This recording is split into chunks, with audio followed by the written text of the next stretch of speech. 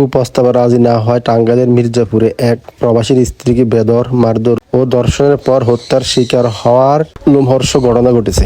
Dhaka medical college হাসপাতালে চিকিৎসাধীন অবস্থায় শুক্রবার রাতে ভুক্তভোগী মোরশেদা বেগম 40 মৃত্যুর কোলে ঢলে পড়ে।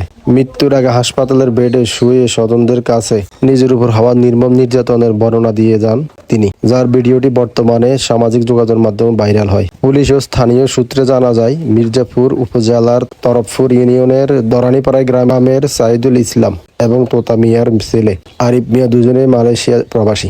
আরিফ সম্প্রতি ছুটিতে দেশে আসেন। গত 22 জুলাই রাতে আরিফ একই গ্রামের প্রবাসী সাইদুলের বাড়িতে গিয়ে তার স্ত্রী মোরশেদা বেগমকে কুপ্রস্তাব দেন। এতে মোরশেদা রাজি না হয় আরিফ তাকে বেধড় মারপিট করে এবং জোরপূর্বক ধর্ষণ করে পালিয়ে যায়।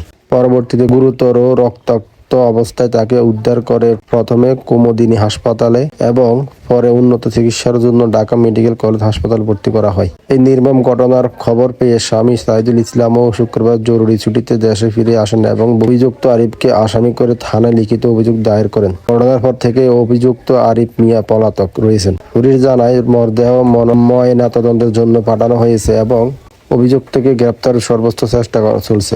ঘটনার সত্যতা নিশ্চিত করে স্থানীয় পুলিশ ফাঁড়ির তদন্ত কর্মকর্তা জানান, বিষয়টি গুরুত্বের সাথে খতিয়ে দেখা দ্রুত আইনি পদক্ষেপ নেওয়া হবে।